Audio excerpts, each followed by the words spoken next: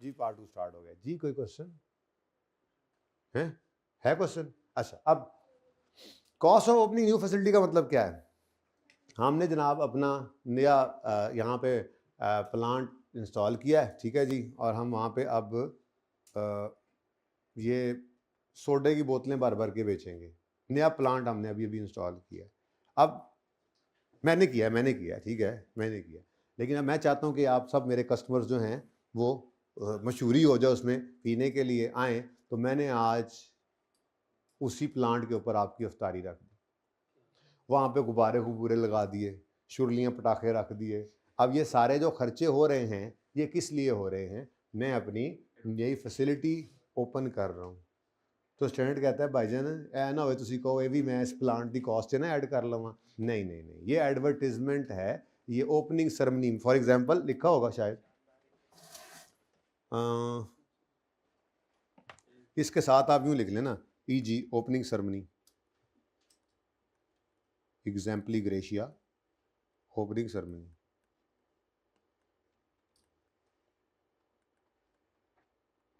सेरे मॉर्निंग।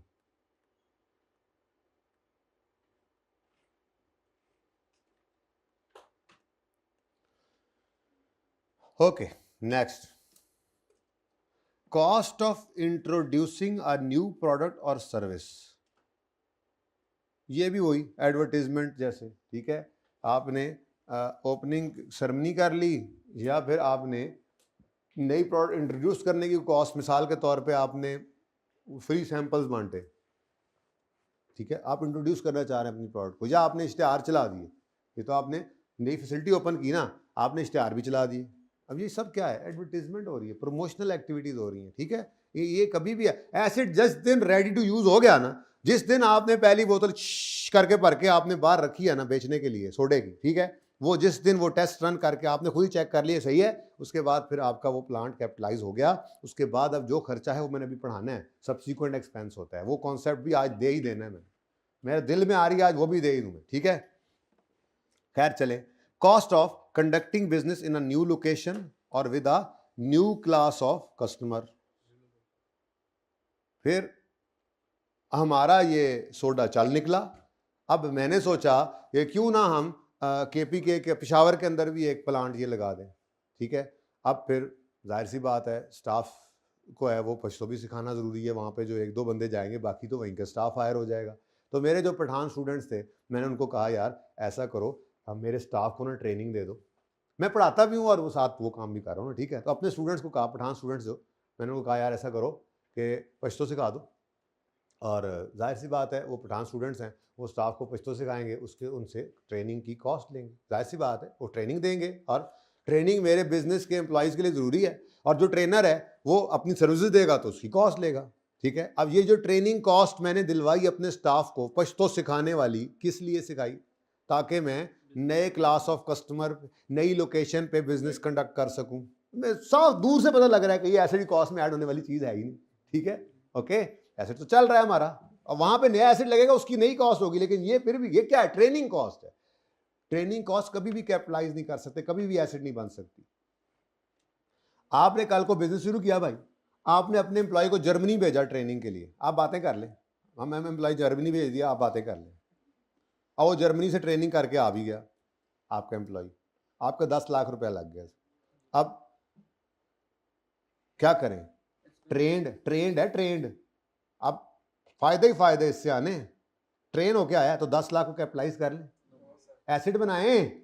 क्यों नहीं, क्यों एक्सपेंस आउट यार? क्या आपने एक कॉस्ट इनकर की, क्या फ्यूचर में अब आपको उससे फायदा नहीं होना? आपने एसी की कॉस्ट इनकर की ना, तो बोलो बड़े बिजनेसमैन साहब एसी क्यों लगाया? ताकि आपका गाहक आए दुकान के अंदर और ठंडा ठंडा होकर बैठे सुकून से। अब ये आपने कॉस्ट इनकर की है, तो आपने इससे फायदा लेना है, तो एसिड कहाँ है? फायदा आ रहा है ना। तो जब आपने अपने एम्प्लॉय को ट्रेनिंग दी 10 लाख की, तो फ्यूचर में उससे फायदा नहीं आना, एसिड बना ना। नहीं क्यों नहीं यार, क्यों नहीं यार? नहीं ये कोई बात नहीं, डायरेक्टली इसको छोड़ो, पीपी मैं स्टैंडर्ड नहीं पढ़ा रहा, मैं तो उस बात कर रहा हूँ वो अलग से कोई एसिड बनाए। ये भाई ने कहीं से सुनी बात और सही सुनी हुई है कि कंट्रोल नहीं है, मैंने कहा था एसिड बनाने के लिए, तो मैं बात और तरफ ले गया, ये 16 की तो बात ही नहीं छोड़, मैंने कहा ऐसी तरह बात छेड़ लूँ, थोड़ी सी बात हट गया था मैं अपने टॉपिक से, बट मैं पूछ रहा था कि एम्प्लॉय को ट्रेन करो तो फायदा तो उसने देना है, तो क्या उस कॉस्ट को कैपिटलाइज करके जितना अरसा फायदा उम्मीद देगा उतना अरसा पे अमोर्टाइज करें, इंटेंजिबल बना लें, एसिड बना लें, क्या करें भाई, कंट्रोल नहीं कर सकते। आपका एम्प्लॉय ट्रेनिंग करके आया, दैट से मैं आपका एम्प्लॉय था, मैं ट्रेनिंग करके आया, आपने कहा हाँ भाई अब आपने ना अगले 5 साल नहीं जाना, यहाँ पे लिखो अगर 5 साल पहले गए तो 10 लाख रुपए आपसे मैं लूंगा, तो क्या कर लिया इसने, काबू करना लिया। इसने मुझे कहा मेरे पास आ जाओ, ठीक है 10 लाख उसका भी भरूंगा मैं और उससे तनख्वाह भी ज्यादा दूंगा, मैं जाने वाले को कोई नहीं रोक सकता, ठीक है, कंट्रोल नहीं। ऐसी एडवर्टीजमेंट जो है आप कस्टमर को कंट्रोल नहीं कर सकते, इसलिए जो एडवर्टीजमेंट होती है उसको भी आप क्या करते हैं, एक्सपेंस आउट कर रहे होते हैं, ठीक है भाईजान, ओके। तो ट्रेनिंग के क्या कर दो, कहा आपने, ठीक था, खैर चलें छोड़े, बात हट गई थी, वापस आते हैं अपने टॉपिक पे। तो cost of conducting business new location with a new class of customer, this is training like cost. तो ये ट्रेनिंग कॉस्ट जो है इसको आपने कैपिटलाइज नहीं करना। और एडमिन एंड अदर ओवरहेड्स, ठीक है जी, यही जैसे मैंने आपको एग्जांपल दी भी थी, आपके एडमिन मैनेजर साहब हैं, अब वो आपका एडमिन मैनेजर है बिजनेस का, एडमिन एक्सपेंस है उसकी सैलरी, हर महीने 5 लाख आप उस एडमिन को देते हैं, पूरा बिजनेस आपका उसने वो संभाला हुआ, सारी चीज़ें एडमिनिस्ट्रेशन की देखता है, उसी के अंदर ही उसने वो जो प्लांट इंस्टॉल हो रहा था उसको भी आपने सुपरवाइज करा लिया, तो एडमिन खर्चा है, अगर उसकी सैलरी वही मंथली जा रही है, ठीक है। लेकिन अगर आपने उसको कुछ एक्स्ट्रा दे दिया, यानी डायरेक्टली एट्रीब्यूटेबल बन गया, तो ये एडमिन खर्चा, सेलिंग खर्चा भी अगर डायरेक्टली एट्रीब्यूटेबल हो जाए तो फिर आपने सेलिंग तो नहीं लिखा होता, एडमिन एंड जनरल ओवरहेड्स होते हैं नॉर्मली, ये अल्फाज इसी के लिए इस्तेमाल होते हैं। तो ये एडमिन या जनरल ओवरहेड्स हैं, एडमिन या जनरल ओवरहेड्स हैं, ये कभी भी आपने एसिड कॉस्ट में ऐड नहीं करने, लेकिन इसकी एक एक्सेप्शन है, वो यहाँ पे लिख लो कि if these are directly attributable, यानी कि डायरेक्टली एट्रीब्यूटेबल का मतलब क्या होता है जी, कि जो इस वजह से हो रहे हैं, किस वजह से, हमारे इस एसिड की वजह से, वो एसिड इंस्टॉल हो रहा है या कंस्ट्रक्ट हो रहा है, तो if these are directly attributable then add, ठीक है जी, देन ऐड टू कॉस्ट। और ठीक है, और पैनों ते भरावो समझ आई जे, हेलो, एडमिन जनरल ओवरहेड्स जो हैं वो कैपिटलाइज नहीं करने, एक्सपेंस आउट करने हैं, लेकिन अगर सवाल ये कह दे डायरेक्टली एट्रीब्यूटेबल है तो फिर एहतियात करनी है और ऐड कर लेना, ठीक है जी। यार बहुत होती जा रही हैं बातें, पढ़ाना तो मैंने ये भी था, लेकिन अब इसको ना करते हैं ज़रा पेंडिंग, ठीक है जी, यहाँ से ऑनवर्ड्स अब कल पढ़ेंगे, ज़्यादा बदहज़मी ना हो जाए, ठीक है।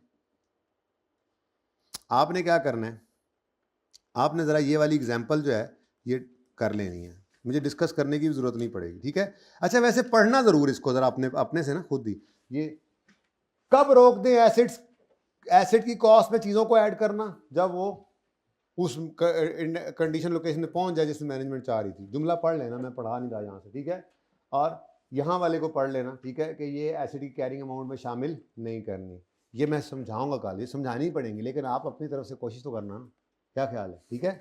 उसके बाद ये एग्जाम्पल आपने कर लेनी है, क्या करना है जी, कर लेनी है।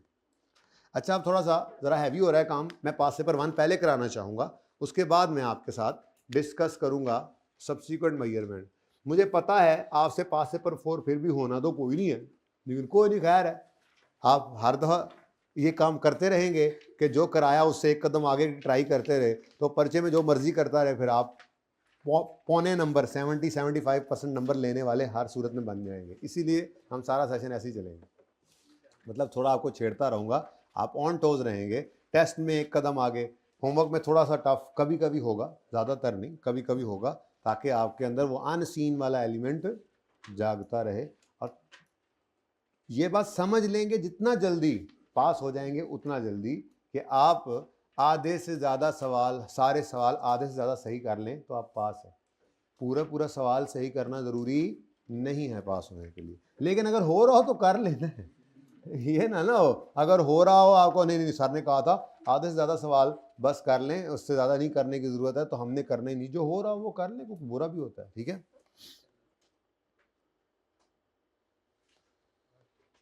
आओ ज़रा पास पेपर 1 कर लें फटाफट।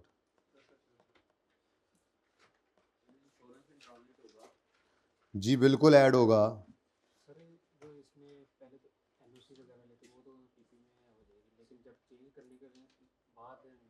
भाई वो सब्सिक्वेंट मेजरमेंट है, सब्र ना करना। मैं एक सवाल करा लूँ पहले, उसके बाद फिर आपके सवालों को ले लेते। होमवर्क था ना जी। क्वेश्चन 1, कॉस्ट कैलकुलेट करो eight which plant would be capital. Page number है 214।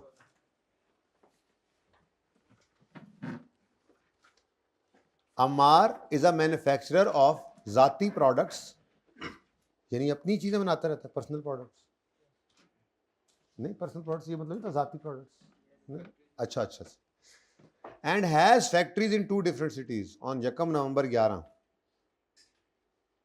अच्छा, ऑन यकम नवंबर 11 he bought a new state of the art पौधा from Crohn's Incorporation USA. The invoice value of पौधा was 250 million.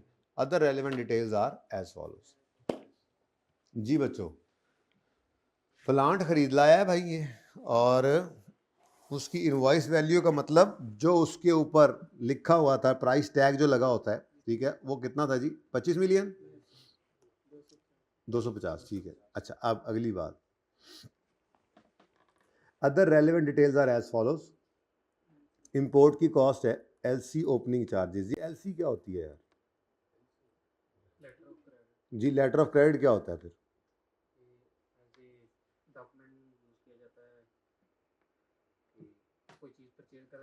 अब देखो यार, मैं बताता हूँ ना आपको। अब हम बैठे हैं पाकिस्तान में, ठीक है जी, और हमारा सप्लायर बैठा है जर्मनी में, ठीक है। हमने पाकिस्तान में बैठकर एक प्लांट ऑर्डर किया है। जर्मनी वाला कहता है कि पहले तुम पैसे भेजो फिर मैं प्लांट भेजूंगा। पैसे ना दो तो हम कहते हैं पहले तुम प्लांट भेजो फिर हम पैसे देंगे, ये ना हम पैसे दे देंगे, और ये होता है ना फियर।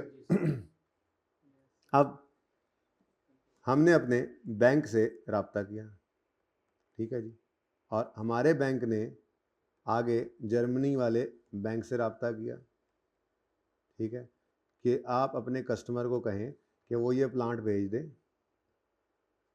आपने कस्टमर को कहें कि वो ये प्लांट भेज दे, और पेमेंट हम श्योर करते हैं, ठीक है जी।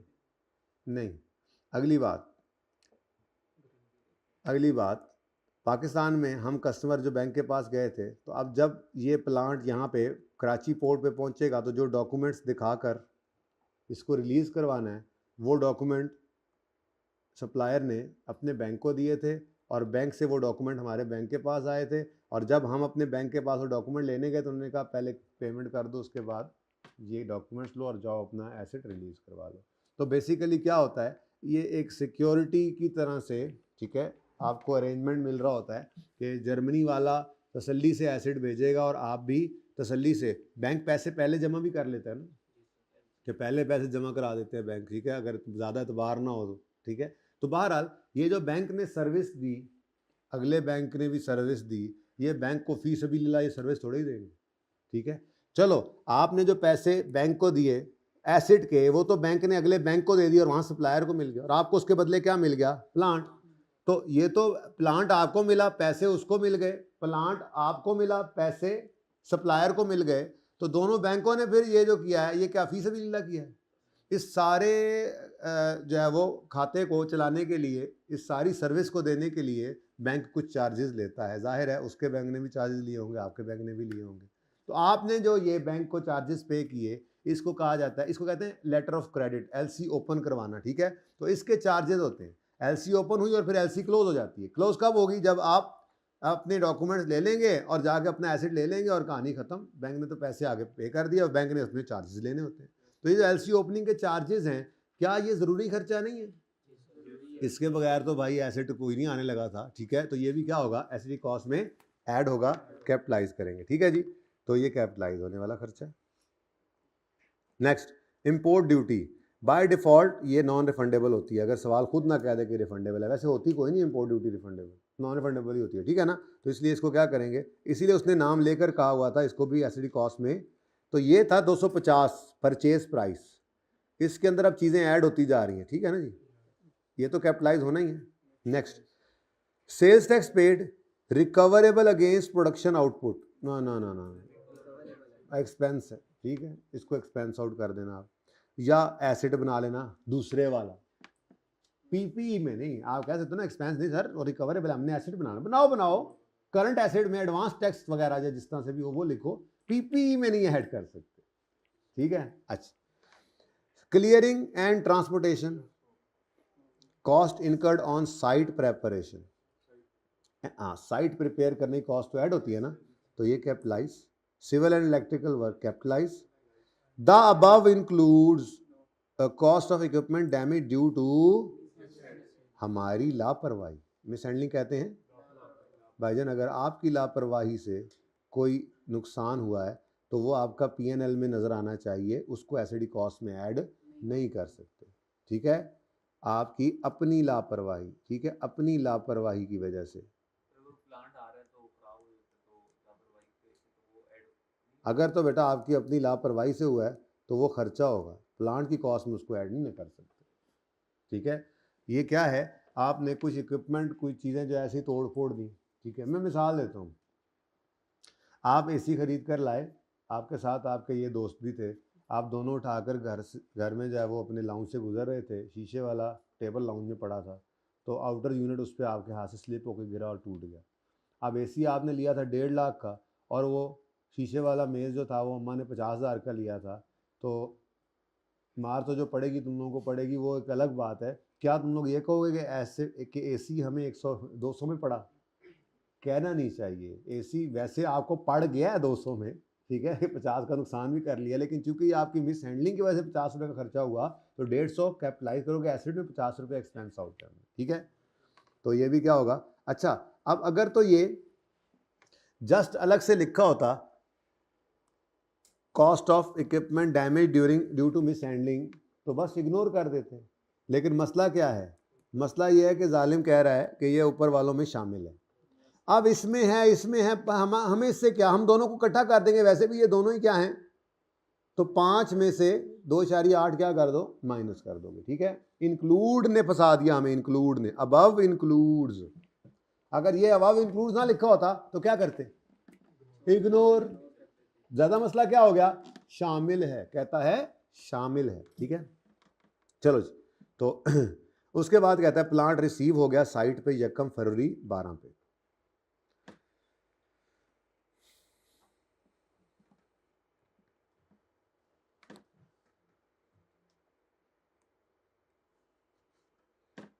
यकम जनवरी, साल हमारा कौन सा है जी, 12 वाला साल है,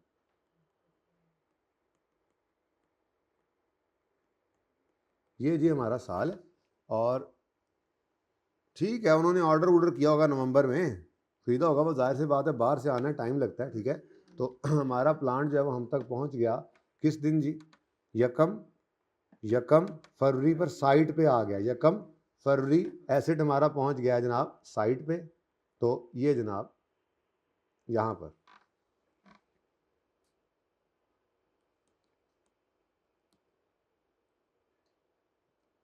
रिसीव्ड, ठीक है जी। Next, the installation and test run were successfully completed in 3 month time at a cost of, तो 3 महीने में टेस्ट रन चलता रहा, इंस्टॉलेशन और टेस्ट रन, इसका मतलब फरवरी मार्च अप्रैल, ये 3 महीने तो एसेट कोई नहीं कंप्लीट हुआ, इंटेंडेड कंडीशन लोकेशन में कोई नहीं आया, ठीक है। तो प्रॉबेबली फिर 1 मई से ये इस्तेमाल होना शुरू हुआ होगा, ठीक है। वो तो कॉस्ट बता रहा है, ऐड करेंगे, ये भी क्या हो जाएगी, कैपिटलाइज करेंगे, ये भी क्या करेंगे, इंस्टॉलेशन कॉस्ट कैपिटलाइज होगी। आगे कहता है the net sale proceeds of test production were 1.2, ये अब क्या है ये इंशाल्लाह मैं आपको बताता हूँ, वैसे हम इसको हम कर देंगे अब इग्नोर, पुराने ट्रीटमेंट की बात नहीं कर रहा, नए ट्रीटमेंट की बात कर रहा हूँ, ठीक है। नया ट्रीटमेंट अब यही कहा करता है जी कि ये इग्नोर किया जाता है, ओके। अच्छा next, commercial production commenced on यकम मई 12, वही जो सोचा था, ठीक है, कि 1 अप्रैल को इधर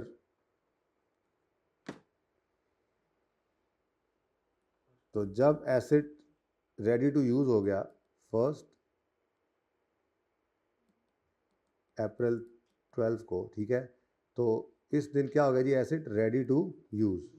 तो इस दिन से आपने क्या करना है, इस एसिड को डेप्रिसिएशन इसकी स्टार्ट करनी है, ठीक है। जिस दिन एसिड आया था यकम फरवरी 12 पे, उस दिन से नहीं करना इसको डेप्रिसिएट, ठीक है जी, ओके। इस दिन एसिड क्या हुआ था जी, रिसीव, क्या हुआ था, रिसीव्ड। हाँ हाँ हाँ हाँ 1 मई था, सॉरी, अच्छा थोड़ा जी आगे ले आना है यार, हेलो, वैसे तो लिखा हुआ था, बस तीर ही आगे करना था, लेकिन चलो थोड़ा सा मैं हटा भी देता हूँ। इधर देखो, ये यकम अप्रैल नहीं, यकम मई से, ठीक है, यकम मई से, ओके। तो ये इसकी डेप्रिसिएशन स्टार्ट हो जाएगी यकम मई से, okay.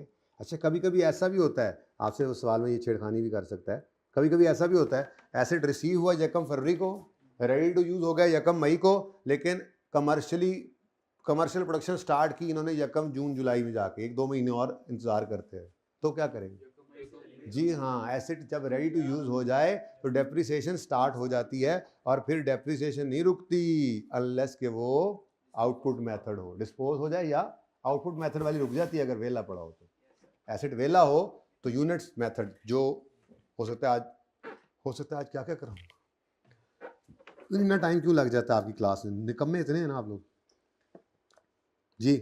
During the period in which plant was installed, admin and general overheads increased by 1 million as compare to, हाँ जी यार, क्या लगता है आपको, ज़रा जुमला पढ़ें। During the period in which plant was installed, admin and general overheads increased by 1 million as compared to previous period। नहीं, फिर पढ़ो, ये मेरी फरमाइश पे एक बार फिर पढ़ो, मेरी फरमाइश पे एक बार पढ़ो। During the period in which plant was installed, admin and general overheads increased by 1 million as compare to previous period. मतलब भाई जो ओवर टाइम कह रहे थे, कोई उनकी बात भी ठीक है, लगती है भाई, सादा सी बात है, पिछले पीरियड के अंदर ये इंस्टॉलेशन नहीं हो रही होगी, इसीलिए तो वो कॉस्ट नहीं थी। ये 1 मिलियन कह रहा है पिछले पीरियड की निस्बत इस दफ़ा बढ़ा है, इसलिए ये डायरेक्टली एट्रीब्यूटेबल है। कहता है मैं बढ़ा है और फिर नहीं है, हद हो गई बेटा, एडमिनिस्ट्रेशन का खर्चा ही तो बढ़ा है, एडमिन कॉस्ट ही तो बढ़ी है। जो मैंने अपने एडमिन मैनेजर को कहा है कि तुमने सुबह दोपहर शाम जाना है वहाँ पे फैक्ट्री में जाके इस चीज़ों को पूरा करके देना है, इसके लिए तुम्हें एक्स्ट्रा पेट्रोल भी देंगे तुम्हें, और तुम्हें एक्स्ट्रा जो है वो तनख्वाह भी देंगे। तो ये एडमिन खर्चा क्यों बढ़ गया, होगी तो एडमिन कॉस्ट ही ना, ये एडमिन वाला बंदा जा रहा है तो एडमिन कॉस्ट ही है, लेकिन क्यों बढ़ गई है ये एडमिन जनरल ओवरहेड्स, उसमें एडमिन भी नहीं, उसमें और भी फैक्ट्री के अंदर ओवरहेड्स हो सकते हैं, पिछले पीरियड की निस्बत क्यों बढ़ा। मुझे लगता है सोल्यूशन के अंदर नहीं एडेड, इसीलिए रोला पाया तुसी, है ना। नहीं बेटा, तो और कितना को क्लियर कहे, during during the period in which plant was installed, जिस पीरियड में प्लांट इंस्टॉल हो रहा है, हाँ, तो जिस पीरियड में प्लांट इंस्टॉल हुआ है उस पीरियड के जनरल और एडमिन ओवरहेड्स इंक्रीज हुए 1 मिलियन से पिछले पीरियड की निस्बत। तो और कैसे बेटा, और कितना क्लियर बताया आपको, और कितना क्लियर, जिस वक्त में प्लांट इंस्टॉल हुआ है उस वक्त के ओवरहेड्स 1 मिलियन बढ़े हैं पिछले साल की निस्बत। क्यों, ये उसने क्लियरली नहीं बताया कि महंगाई की वजह से महंगाई हुई है। ऐसी बात तो फिर सारे ओवरहेड्स बड़े होते हैं, हर चीज़ ही बढ़ती है, ऐसी कोई बात उसने नहीं की ना, तो ये बस निशानी वही दे रहा है, ठीक है। तो बहरहाल डायरेक्टली एट्रीब्यूटेबल है। बाकी ऐसी कोई चीज़ आपको लग जाती है ना, फंस जाते हैं आप लोग, तो नोट भाई लिख दो कि मुझे लग रहा है ये डायरेक्टली एट्रीब्यूटेबल नहीं है, मुझे लग रहा है ये है, तो फिर बेनिफिट ऑफ डाउट आपको दे देगा अगर कोई चीज़ क्लियर नहीं होगी उसका, ठीक है ना, ओके, सही है। पर यहाँ पर मेरे हिसाब से कोई क्लियर और इससे ज़्यादा नहीं कर सकता, उसने क्लियरली बताया हुआ है, ठीक है। तो इसको मैं डायरेक्टली एट्रीब्यूटेबल कह रहा हूँ, क्यों? Increased by 1 million as compared to previous period. और एक ये बात, और दूसरी बात, during the period in which plant was installed. इस वजह से इसको मैं कह रहा हूं डायरेक्टली एट्रीब्यूटेबल है।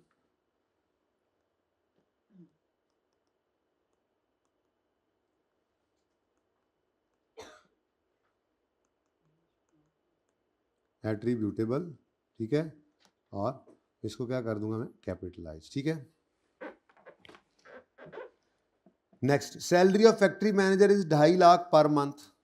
ही contributed 30% of his time supervising the installation. हाँ जी, इस 25,000 पर मंथ का क्या करें? 3 महीने इंस्टॉलेशन होती है तो 75,000 क्या कर दें, ऐड कर देना। ये डायरेक्टली एट्रीब्यूटेबल नहीं है। कहां बताया है? ये कह रहा है salary of factory manager 25,000, 2.5 lakh per month है।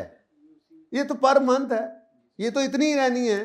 वो 25% वक्त लगाए, 30 लगाए, 50 लगाए या कख ना लगाए, उसने 2.5 लाख ही घर लेके जाना है। तो यहाँ पे कोई इंक्रीमेंटल कॉस्ट नहीं है, ये नॉट डायरेक्टली एट्रीब्यूटेबल, ठीक है। ऐसे तो वो ऊपर वाले जो एक्सपेंसेस है वो भी 1 मिलियन से कंपेयर टू ज्यादा इंक्रीज ही रहेंगे, वो कौन सा कम हो जाएंगे नेक्स्ट पीरियड में? नहीं समझ आई मुझे आपकी बात की, आपकी लॉजिक की। आपने कहा है कि 2.5 लाख जो पर मंथ है उसकी जी सैलरी फिक्स्ड रहनी है जी, ये सैलरी फिक्स ही होती है। और सर ऊपर वही उसने लिखा है कि during the period in which the plant was installed, जब इंस्टॉल हुआ था उसके बाद खर्चे 1 मिलियन इंक्रीज हो गए ड्यूरिंग, तो सर एक मिनट पाएं, जिस वक्त इंस्टॉलेशन हुई है उस दौरान ये 1 मिलियन का खर्चा एडिशनल हुआ है।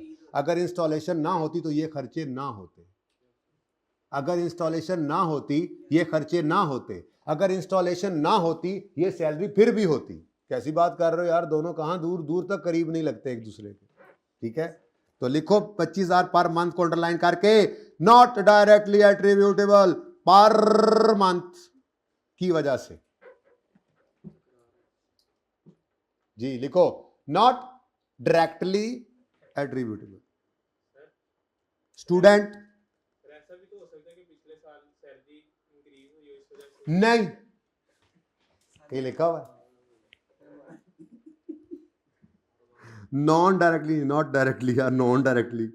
एक मिनट बेटा, एक मिनट लिख लूं, नॉट डायरेक्टली एट्रीब्यूटेबल। बेटा जी ऐसा तो बहुत कुछ हो सकता है, इसीलिए तो कहा नोट डाल दो। वो हो सकता है के लिए नोट डलवाया है। अगर आप ये कहना चाहते हो सकता है ये हुआ हो तो नोट डालो, जो हुआ है वो मैंने बता दिया, ठीक है।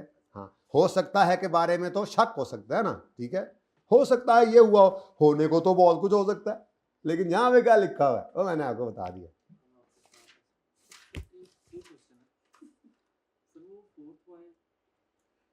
सर उसमें एक क्वेश्चन है, वो ये कि उसने जब बोला कि ड्यूरिंग द पीरियड खर्चे इंक्रीज हुए हैं, उसने ये नहीं बोला कि इंक्रीज हुए हैं, पहली दफा इंक्रीज हुए हैं, तो मतलब वो पहले से यार दैन दे को गल करना नहीं कर। इंक्रीज होने का मतलब क्या है, खर्चे बढ़े हैं तो इनकर हुए हैं तो बढ़े हैं ना। ऐसे फजूल में बाल की खाल ना उतारो, इसमें पानी में मदानी है ये वाला सवाल, मक्खन नहीं निकलना। और कुछ सवाल? सर उमर को कह देंगे अब कर देंगे, ठीक है, चेंज करा देंगे। और बताओ, हो सकता है सोल्यूशन में भी अभी तक ना हो, लास्ट टाइम चेंज कर दिया था ये। अब सोल्यूशन में अगर यही है कि 1 एडेड नहीं है तो सोल्यूशन के अंदर अभी भी गलती है, सही कर देंगे इंशाल्लाह। बहरहाल ये होती है सब्जेक्टिव चीज़ थोड़ी सी, जहाँ पे जजमेंट आती है। आपको जो नोट लेकर लिखने का कहा है इसीलिए कह दिया, लेकिन वो कमज़ोर अजम्पशन है, ये क्लियर बात है, इसलिए मैं तो इसी तरफ जाऊँगा, ठीक है। ओके, अच्छा जी। स्टाफ ट्रेनिंग कॉस्ट अमाउंटिंग, अरे नहीं यार ये तो ट्रेनिंग है, ये तो आज करो कल गया।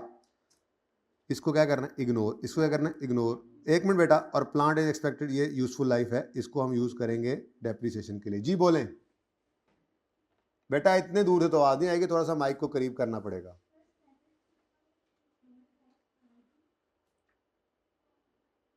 बेटा प्लीज अगर आप माइक को थोड़ा करीब कर लें।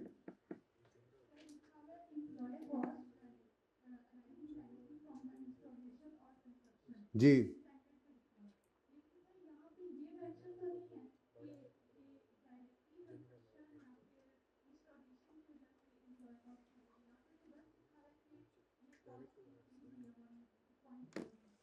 हाँ, तो क्यों इंक्रीज हुई है बेटा? लिखा तो है during the period in which plant was installed, comma मतलब बात अभी जारी है, अंग्रेजी है।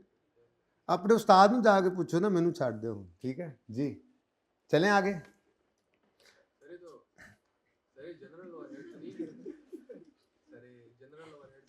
हाँ बेटा, डायरेक्ट हो या इनडायरेक्ट हो, आपके प्लांट की इंस्टॉलेशन में बहुत से खर्चे डायरेक्ट हो रहे होंगे, बहुत से इनडायरेक्ट हो रहे होंगे। डायरेक्ट मटेरियल लग सकता है, डायरेक्ट लेबर लग सकती है, और ओवरहेड्स भी तो लगेंगे। बिजली क्या होती है, मटेरियल या लेबर? ओवरहेड, इनडायरेक्ट ही होता है। ठीक है, आपकी इंस्टॉलेशन के ऊपर बिजली लगी, गैस लगी, फ्यूल लगा, 10-15 बंदे ऐसे, सुपरवाइजर जो है वो भी इनडायरेक्ट ही है। और चलें आगे, चल आ जाओ जी। अब इसको बात अब यहाँ पे ज़रा पूरी कर लें। कॉस्ट में क्या कुछ होता है जल्दी से बताओ। परचेज प्राइस,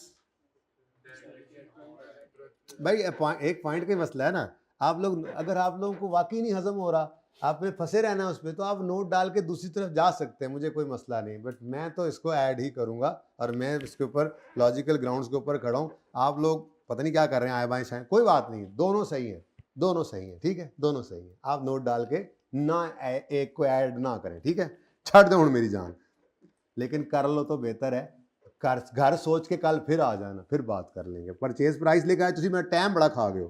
प्लस, हालांकि देखो ना, वैल्यू ऐड कोई नहीं हुई, मतलब 8 नंबर के सवाल में शायद 0.5 इसको लिखने या ना लिखने के ऊपर आना या कटना। Purchase price plus non refundable taxes, import duties, हाँ लिख रहा हूँ, लेस डिस्काउंट,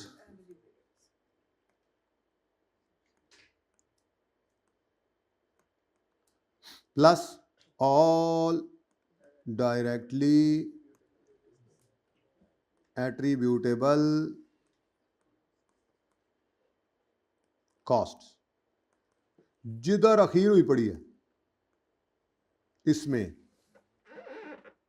कुछ लिख देता हूं, ताकि जो जो आ सकती है ना ऐसे जरा जहन के अंदर हो, ठीक है।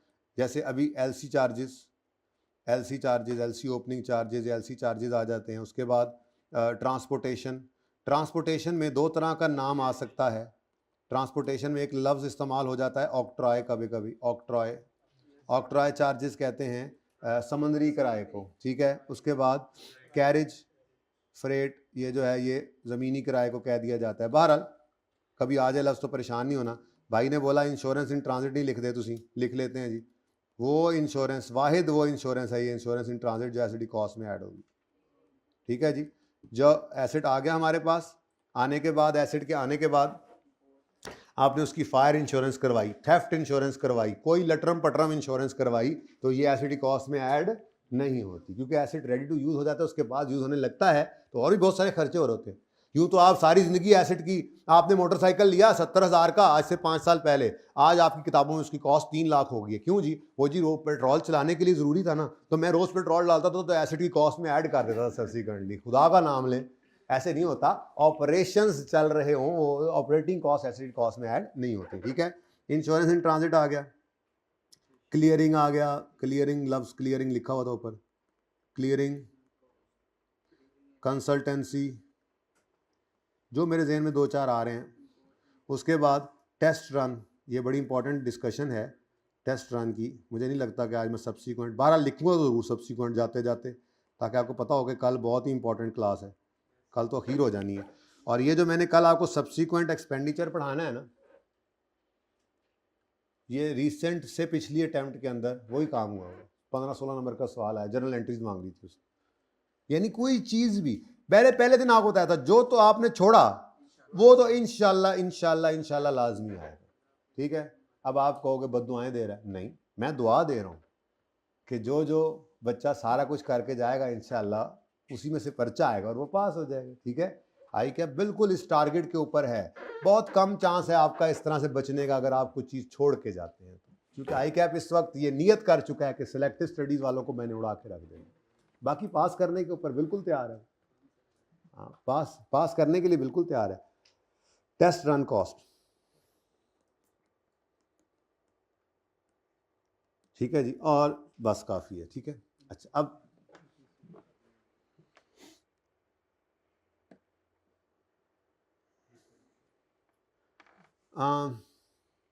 वहाँ हूँ जगह नहीं बच्ची, लिख लै फिर मुंडिया डिसमेंटलिंग आपके सिलेबस में है नहीं, इसलिए मुश्किल ही है कि आपको ये टेस्ट करे इससे। ठीक है, आ जाए तो बता दिया, बस ऐड कर देना। अच्छा ये सुने, आप एक एग्जाम्पल देखें। भाई उठ जाओ, अलार्म बज गया। भाई उठ जाओ, अलार्म बज गया यार, 9 बजे का अलार्म लगाया हुआ है, शर्म नहीं आती तुम्हें? सुबह खेजी के बड़े फायदे हैं।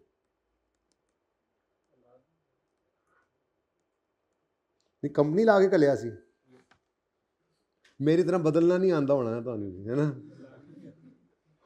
अपनी तरफ से मैं सादा बंदे हूँ हैं, मुझे पता ही कोई नहीं कि वॉलपेपर कैसे चेंज होता है, तब मैं क्या करूँ? है ढूंढना पड़ेगा बैठ के, इतना टाइम तो नहीं होता है। ठीक है, चलें जी। स्टूडेंट जी, हाँ जी,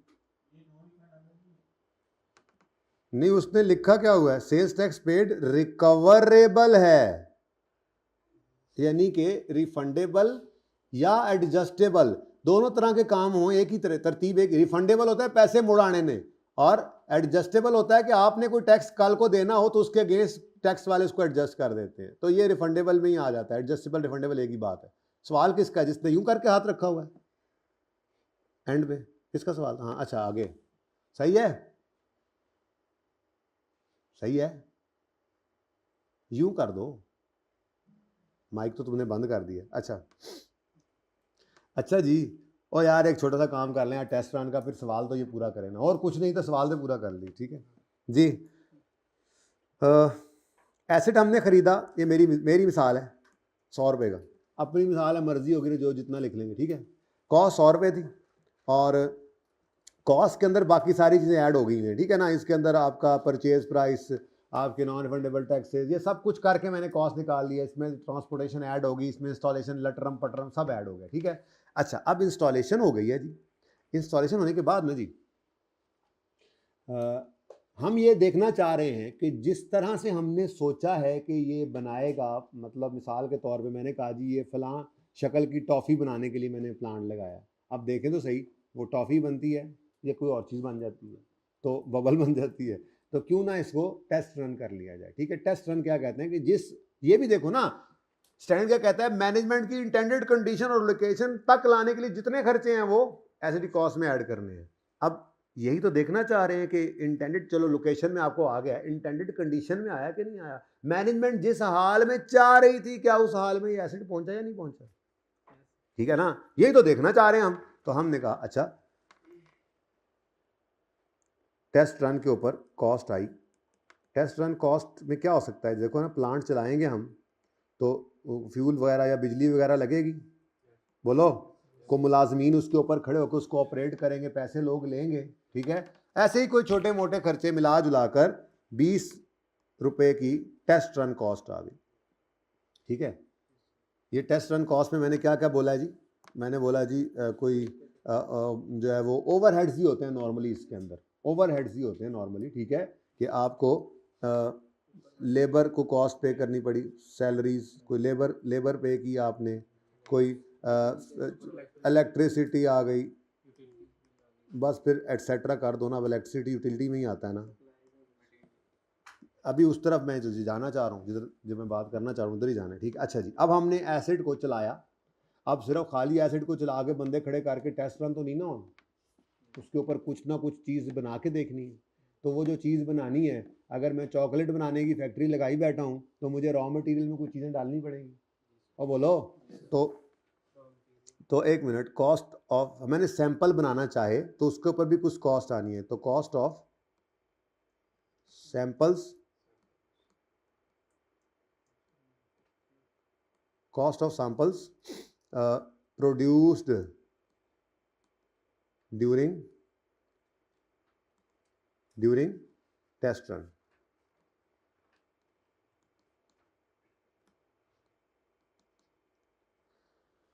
यानी जब टेस्ट रन किया आपने, फैक्ट्री चलाई आपने, बिजली बुजली खर्चे हुए, मुलाजमों ने तनख्वाह ली, ठीक है, लेकिन सैंपल बनाने की भी तो कुछ कॉस्ट आती है। ठीक है, वो मिसाल के तौर पे आपको पड़ गई 10 रुपये। ठीक है जी, 10 रुपये का आपने वो मटेरियल वगैरह मंगवाया और आपने कोई 100-200 चॉकलेट बना के देख ली, ठीक है। अब ये चॉकलेट बन गई है, अब इसको फेंकना थोड़ी है।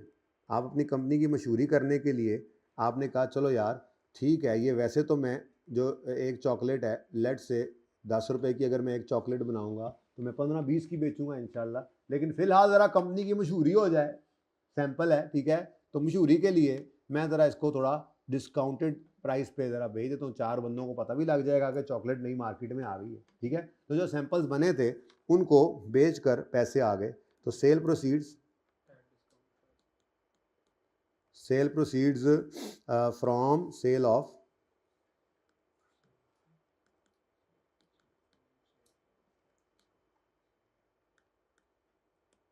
सैंपल्स प्रोड्यूस्ड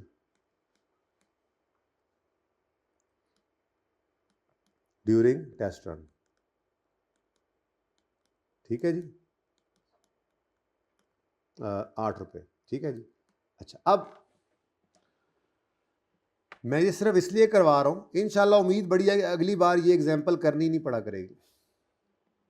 अभी भी शक ये है कि 2-3 अटैम्प्ट पुराने बच्चे भी हों, ठीक है। 2 अटैम्प्ट पहले IAS 16 में एक रिवीजन आई है, छोटी सी एक चेंज आई है, ठीक है। पैरा 21 गालिबन था, उसके अंदर चेंज आई है थोड़ी सी, ठीक है। पहले पुराना ट्रीटमेंट क्या था? पुराना ट्रीटमेंट ये था कि ये पुराना ट्रीटमेंट जिन्होंने पहले नहीं सुना हुआ IAS 16 में, ये पहली बार पढ़ रहे हैं, टेस्ट रन क्लास पहली बार सुना है, वो तो मौज करें, वो तो अभी वाला ट्रीटमेंट ही देखें।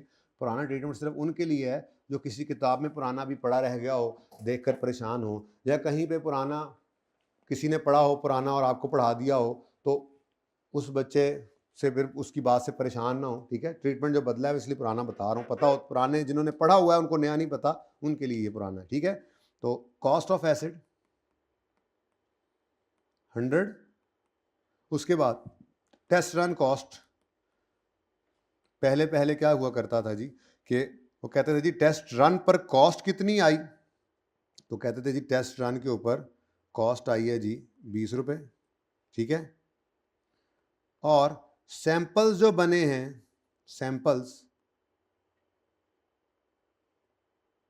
इनको नेट करें, कॉस्ट ऑफ सैंपल 10 है, बोलो, और उससे बेचकर जो सैंपल्स को बेचकर जो पैसे आए हैं वो कितने हैं, तो कहा जाता था जी 20 रुपये तो होगी ना कॉस्ट, लेकिन ये जो बाकी है ना 10 - 8 कर दो, नेट में क्या बना 2, तो ये 2 रुपये क्या कर लो एसिड की कॉस्ट में ऐड कर लो, यानी 10 ऐड करो जो कॉस्ट है और 8 लेस करो, तो नेट में 2 हो गया ना, बोलो।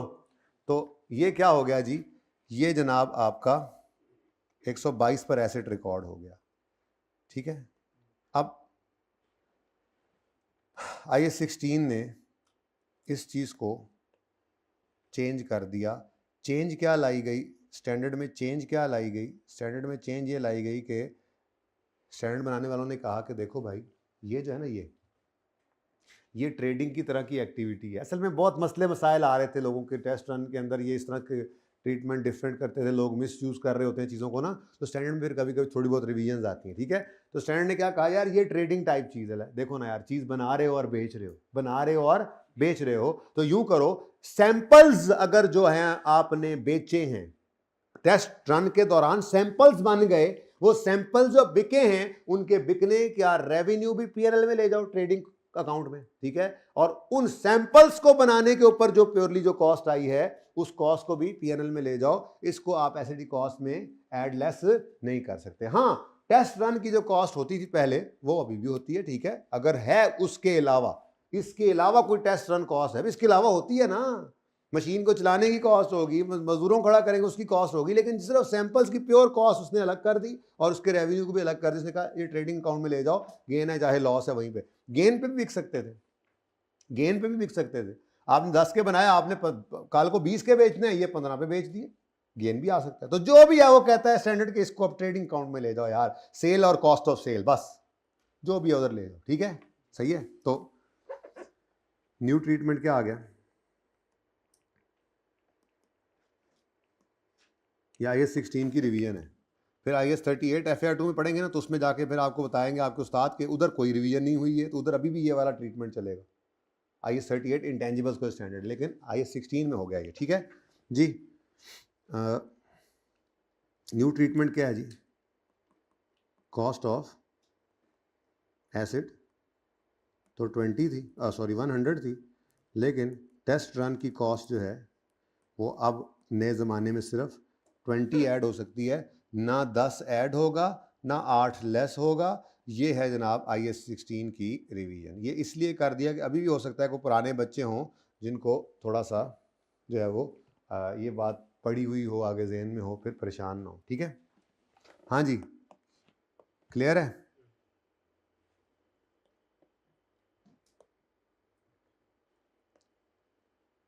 यार पता नहीं क्या कुछ सोच के आया था मैं, लेकिन बहुत ही कम काम किया आप लोगों ने, है ना, निकम्मे ही बड़े हैं आप लोग। अच्छा भाई, तस्वीर छेती खींच लिया करो यार, ये बाद में तुम लोग दिखाते हो ना जो इस तरह से। चलें आप। ओके, ये असल में पढ़ा रहा था, ये कहता है installation and test run were successfully completed in 3 months time at a cost of 6 million. The net sale proceed of test production was ये net sale proceed of test production उसने दे दी। मैं ऐसे अज्यूम कर रहा हूँ, ऐसे ही मतलब अज्यूम्ड है फिगर, ठीक है। मिसाल के तौर पे कहता हूँ जी, सैंपल जो हैं, सैंपल सेल हुए हैं,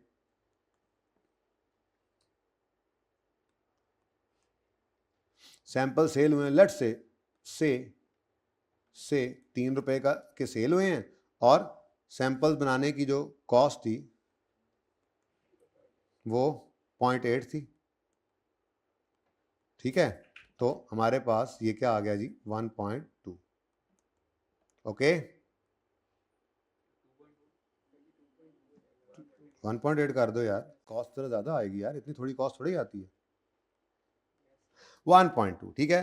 तो जब ये है तो भाई फिर ये तो PNL में जाना है, एसिड की कॉस्ट में ऐड करना ही नहीं, हमसे तो उसने कहा है कॉस्ट ऑफ एसिड निकाल दो। क्या करो जी अब मैं बोर्ड पे नहीं कर रहा, अब मैं यहीं पे इसको सॉल्व कर रहा हूँ क्विकली, ठीक है। जस्ट अब सॉल्व ही करना रह गया एसिड इस सवाल को, ठीक है। तो ज़रा फटे फटे आप इसको इसको सॉल्व कर दें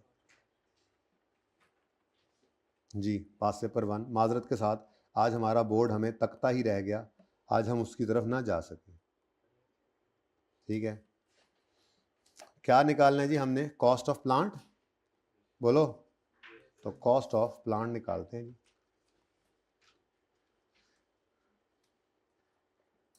जी। इनवॉइस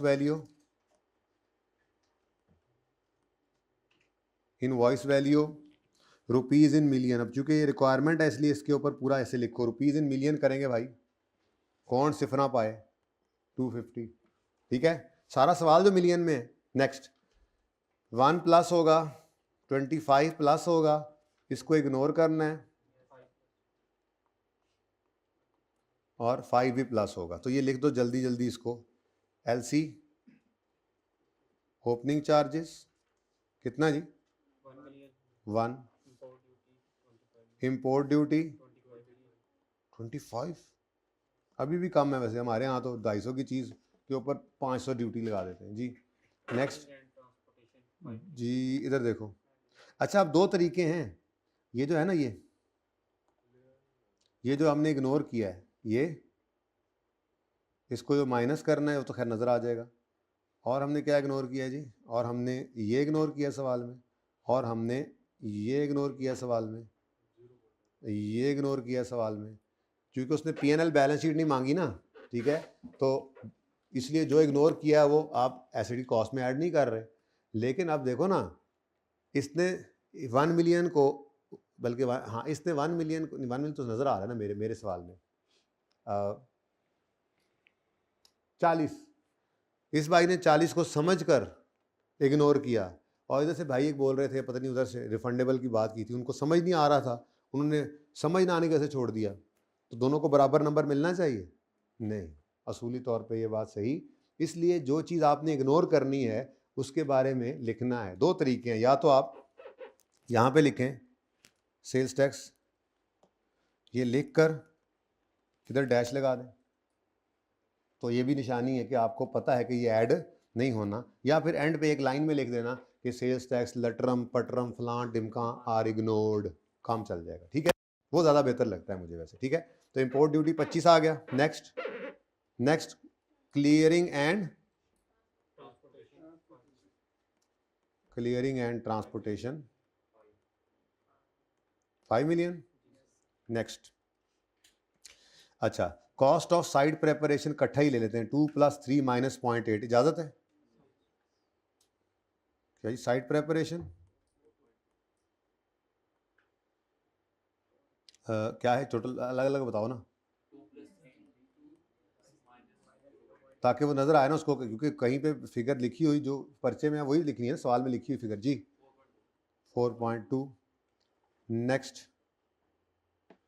मैंने साइड प्रिपरेशन की हेडिंग डाल दी, को मसला, आप अलग अलग भी कर सकते हैं, ओके। नेक्स्ट है, लो जी, पॉइंट 1 भी हो गया, पॉइंट 2 भी हो गया, पॉइंट 3 में कहता है जी इंस्टॉलेशन और टेस्ट रन सक्सेसफुली कंप्लीट हुआ 3 महीने में एट अ कॉस्ट ऑफ, शायद इंस्टॉलेशन के अंदर ही दूसरी टेस्ट रन की कॉस्ट शामिल होगी, हमें इससे क्या, हमें तो 6 मिलियन मिल गया जो हमने क्या करना है, ऐड करना है, ठीक है। तो installation and test run cost 6 million, okay. Next, जो लड़ाई, जो आज जो फसाद की जड़ थी उसको लिखें, डायरेक्टली एट्रीब्यूटेबल ओवरहेड्स। मैं लफ्ज़ ही वो लिखूंगा कि आप घर जाके बस यही सोचते रहे, फिर अब तो सही है ना, डायरेक्टली एट्रीब्यूटेबल ओवरहेड्स, होते ही ओवरहेड्स हैं, ये ओवरहेड्स ही हैं, पर डायरेक्टली एट्रीब्यूटेबल मतलब मेरी इंस्टॉलेशन की वजह से ये बड़े हैं। अब मुझे ये लग रहा है तो मैंने लिखा है ना, आपको नहीं लग रहा तो आप नोट डाल के कह दे जी आई हैव इग्नोर्ड, इग्नोर वाले में डाल दो, ठीक है जी। कितना, लेकिन आप जितना सोचते जाएंगे इंशाल्लाह आप इस पर कन्विंस होते चले जाएंगे और आप फिर इसको आखिरकार सर तस्लीम हम कर लेंगे। टोटल जी पेपर में कोई एक ही लिखना जी, जाहिर है, अगला कुछ नहीं है जी, ये भी इग्नोर करना, ये भी इग्नोर करना और इसको डेप्शन के लिए यूज़ करना है जी। 2 सोल्यूशन में ये नहीं है, 1 रुपये का फ़र्क है, देख लो ज़रा, तो बस उसको सही करते हैं अभी ज़रा, ताकि अगली बार, पिछली बार लिखना भूल गया होगा ना मैं, इसीलिए सोल्यूशन में अपडेट नहीं हो सका जी। 292.2, ठीक है जी। तो ये तो आ गई आपकी कॉस्ट, ये आपकी पहले रिक्वायरमेंट पूरी हो गई कि कॉस्ट आपने निकाल दी 292.2। उसके बाद बच्चों